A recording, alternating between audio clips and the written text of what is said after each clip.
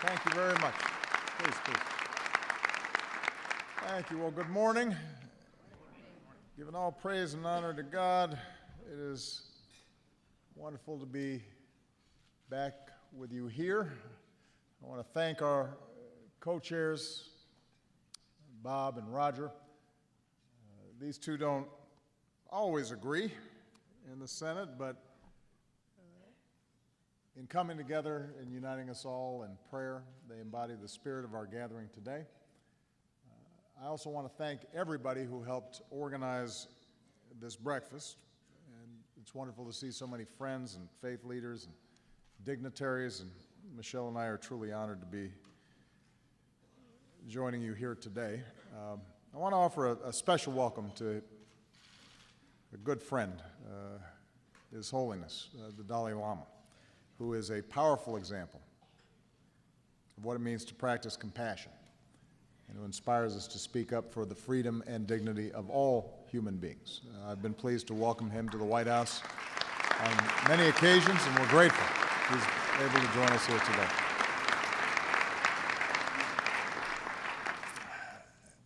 There aren't that many occasions that bring His Holiness under the same roof as NASCAR.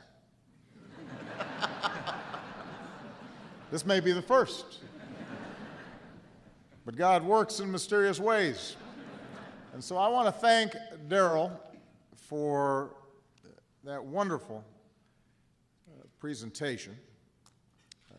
Daryl knows that when you're going 200 miles an hour, a little prayer cannot hurt. I suspect that more than once Daryl has had the same thought as many of us have in our own lives: Jesus, take the wheel. Although I hope that you kept your hands on the wheel when you were thinking that.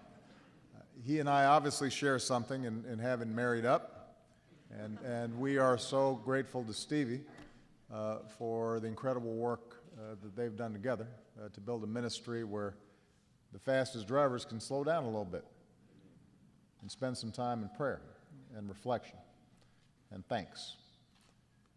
And we certainly want to wish Daryl a happy birthday. So, happy birthday. I will note, though, Daryl, when you were reading that list of things folks were saying about you, that I was thinking, well, you're a piker. I mean, that.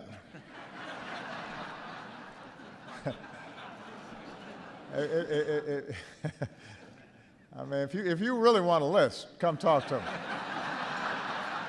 Because that ain't nothing. That's the best they can do in NASCAR?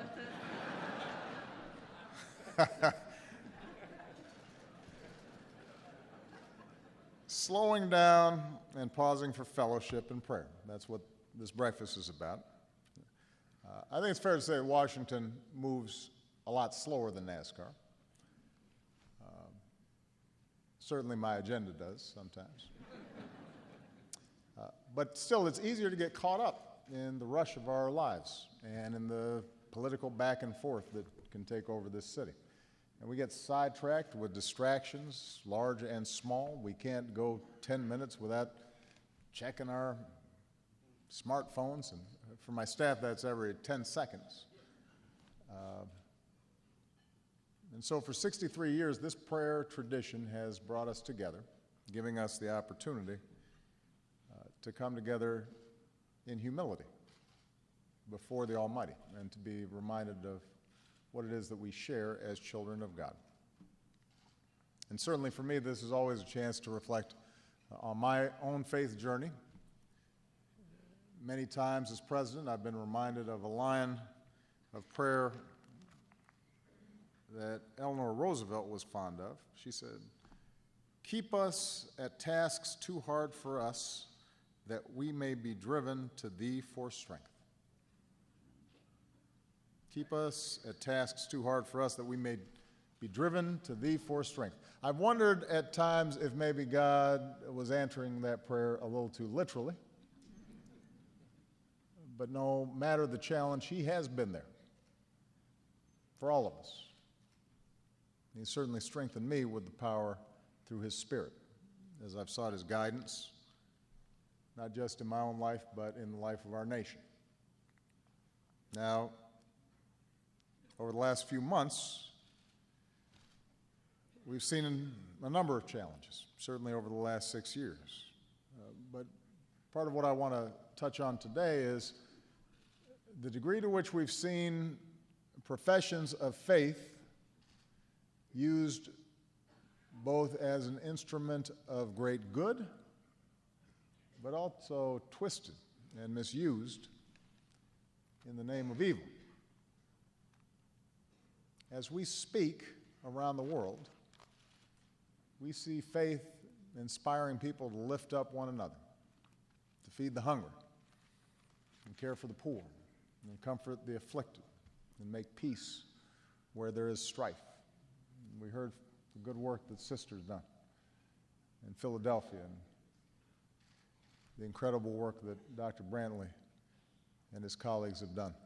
We see faith driving us to do right. But we also see faith being twisted and distorted, used as a wedge, or worse, sometimes used as a weapon.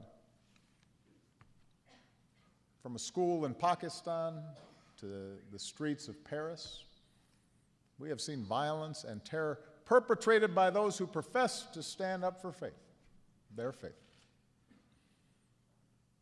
Profess to stand up for Islam, but in fact are betraying it. We see ISIL, a brutal, vicious death cult that, in the name of religion, carries out unspeakable acts of barbarism, terrorizing religious minorities like the Yazidis, subjecting women to rape as a weapon of war, and claiming the mantle of religious authority for such actions. We see sectarian war in Syria, the murder of Muslims and Christians in Nigeria, religious war in the Central African Republic, a rising tide of anti-Semitism and hate crimes in Europe, so often perpetrated in the name of religion. And so how do we, as people of faith, reconcile these realities? The profound good, the strength, the tenacity, the compassion and love that can flow from all of our faiths, operating alongside those who seek to hijack religious for their own murderous ends. Humanity's been grappling with these questions throughout human history. And lest we get on our high horse and think this is unique to some other place, remember that during the Crusades and the Inquisition, people committed terrible deeds in the name of Christ. In our home country, slavery and Jim Crow all too often was justified in the name of Christ. Michelle and I returned from India, an incredible, beautiful country, full of this magnificent diversity, but a place where in past years religious faiths of all types have, on occasion, been targeted by other peoples of faith simply due to their heritage and their beliefs. Acts of intolerance that would have shocked Gandhiji, the person who helped to liberate that nation. So this is not unique to one group or one religion. There is a tendency in us, a sinful tendency that can pervert and distort our faith. In today's world, when hate groups have their own Twitter accounts and bigotry can fester in hidden places in cyberspace, it can be even harder to counteract such intolerance. But God compels us to try. And in this mission, I believe there are a few principles that can guide us, particularly those of us who profess to believe. And first, we should start with some basic humility.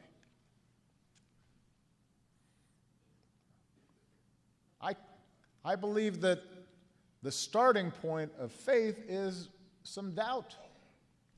Not being so full of yourself and so confident that you are right and that God speaks only to us and doesn't speak to others. That God only cares about us and doesn't care about others. That somehow we alone are in possession of the truth. Our job is not to ask that God respond to our notion of truth. Our job is to be true to Him, His word and His commandments. And we should assume humbly that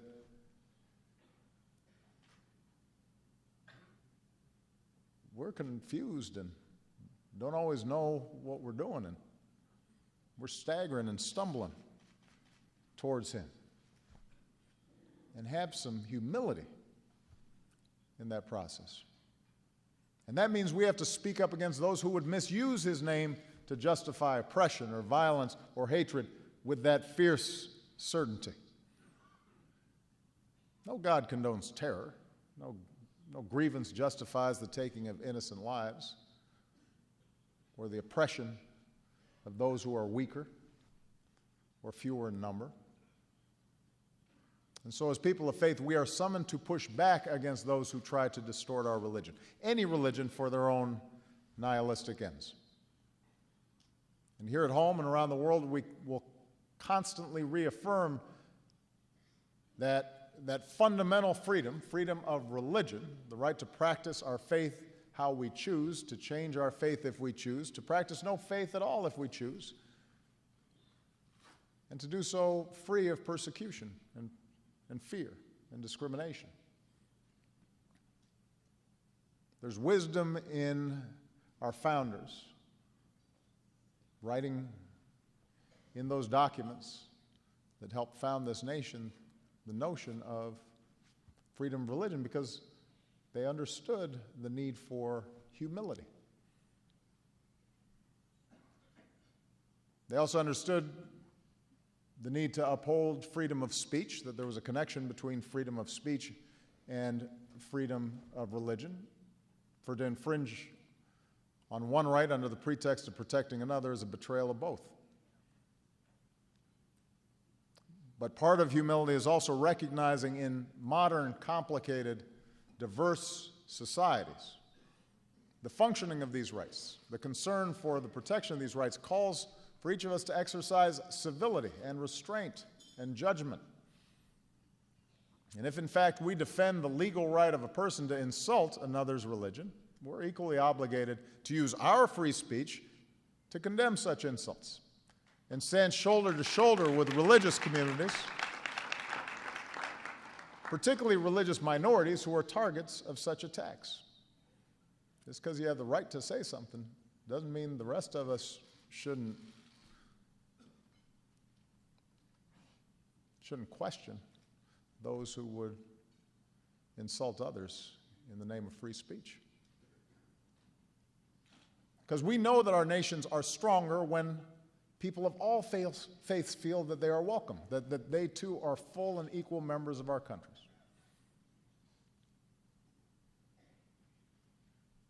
So humility, I think, is needed. And the second thing we need is to uphold the distinction between our faith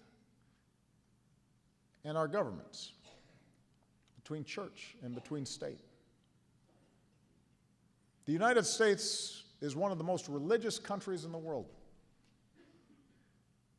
far more religious than most Western developed countries. And one of the reasons is that our founders wisely embraced the separation of church and state. Our government does not sponsor a religion, nor does it pressure anyone to practice a particular faith or any faith at all. And the result is a culture where people of all backgrounds and beliefs can freely and proudly worship without fear or coercion, so that when you listen to Daryl talk about his faith journey, you know it's real. You know he's not saying it because it helps him advance or because somebody told him to. It's from the heart. That's not the case in theocracies that restrict people's choice of faith. It's not the case in authoritarian governments that elevate an individual leader or a political party above the people, or in some cases above the concept of God himself. So the freedom of religion is a value we will continue to protect here at home and stand up for around the world, and is one that we guard vigilantly here in the United States.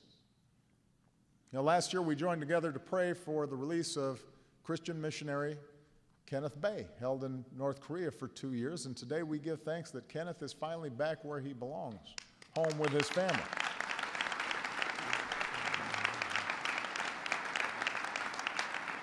Last year we prayed together for Pastor Saeed Abedini, detained in Iran since 2012, and I was recently in Boise, Idaho, and had the opportunity to meet with Pastor Abedini's beautiful wife and wonderful children, and to convey to them that our country has not forgotten Brother Saeed and that we're doing everything we can to bring him home. And then I received an extraordinary letter from Pastor Abedini. And in it, he describes his captivity and expressed his gratitude for my visit with his family, and thanked us all for standing in solidarity with him during his captivity. And Pastor Abedini wrote, "Nothing is more valuable to the body of Christ than to see how the Lord is in control and moves ahead of countries and leadership through united prayer." And he closed his letter by describing himself as prisoner for Christ, who is proud to be part of this great nation, the United States of America, that cares for religious freedom around the world.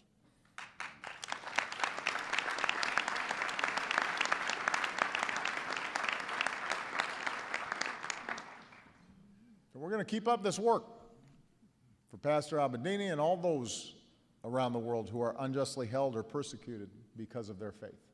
And we're grateful to our new Ambassador at Large for International Religious Freedom, Rabbi David Saperstein, who has hit the ground running and is heading to Iraq in a few days to help religious communities there address some of those challenges.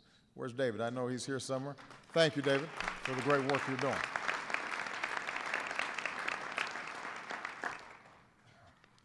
Humility, a suspicion of government getting between us and our faith, or trying to dictate our faith, or elevate one faith over another. And finally, let's remember that if there is one law that we can all be most certain of, that seems to bind people of all faiths and people who are still finding their way towards faith, but have a sense of ethics and morality in them, that one law, that golden rule, that we should treat one another as we wish to be treated. The Torah says, love thy neighbor as yourself. In Islam, there's a hadith that states, none of you truly believes until he loves for his brother what he loves for himself.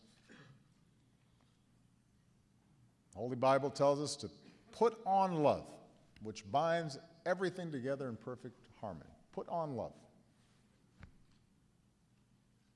Whatever our beliefs, whatever our traditions, we must seek to be instruments of peace and bringing light where there is darkness and sowing love where there is hatred. And this is the loving message of His Holiness, Pope Francis. Like so many people around the world, I've been touched by his call to relieve suffering and to show justice and mercy and compassion to the most vulnerable, to walk with the Lord and ask, who am I to judge? He challenges us to press on in what he calls our march of living hope. And like millions of Americans, I am very much looking forward to welcoming Pope Francis to the United States later this year.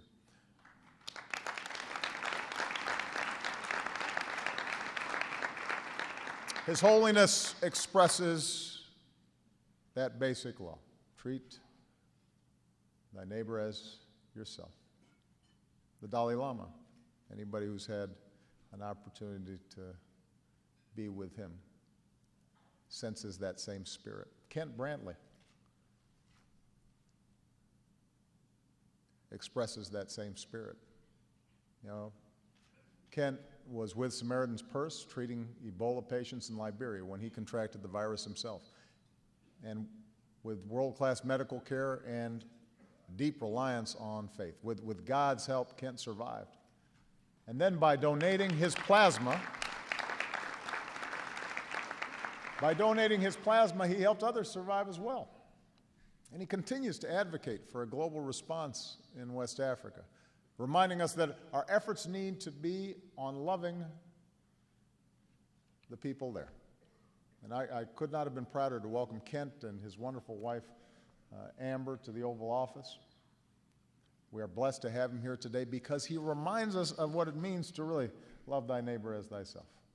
Not just words, but deeds. So each of us has a role in fulfilling our common greater purpose. Not merely to seek high position, but to plumb greater depth so that we may find the strength to love more fully.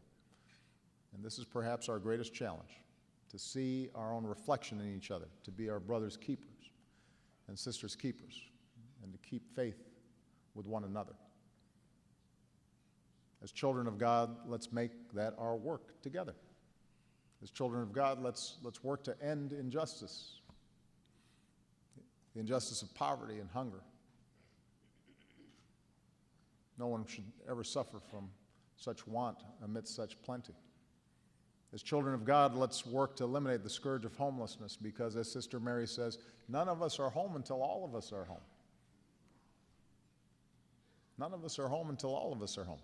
As children of God, let's stand up for the dignity and value of every woman and man and child because we are all equal in His eyes, and work to end the scourge and the sin of modern-day slavery and human trafficking and set the oppressed free.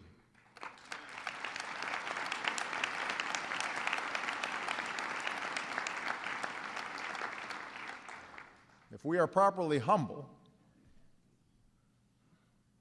if we drop to our knees on occasion, we will acknowledge that we never fully know God's purpose. We can never fully fathom His amazing grace. We see through a glass darkly, grappling with the expanse of His awesome love. But even with our limits, we can heed that which is required to do justice and love kindness and walk humbly with our God. And I pray that we will, and as we journey together on this march of living hope, I pray that in His name we will run and not be weary and walk and not be faint, and we'll heed those words and put on love. May the Lord bless you and keep you, and may He bless this precious country that we love. Thank you all very much.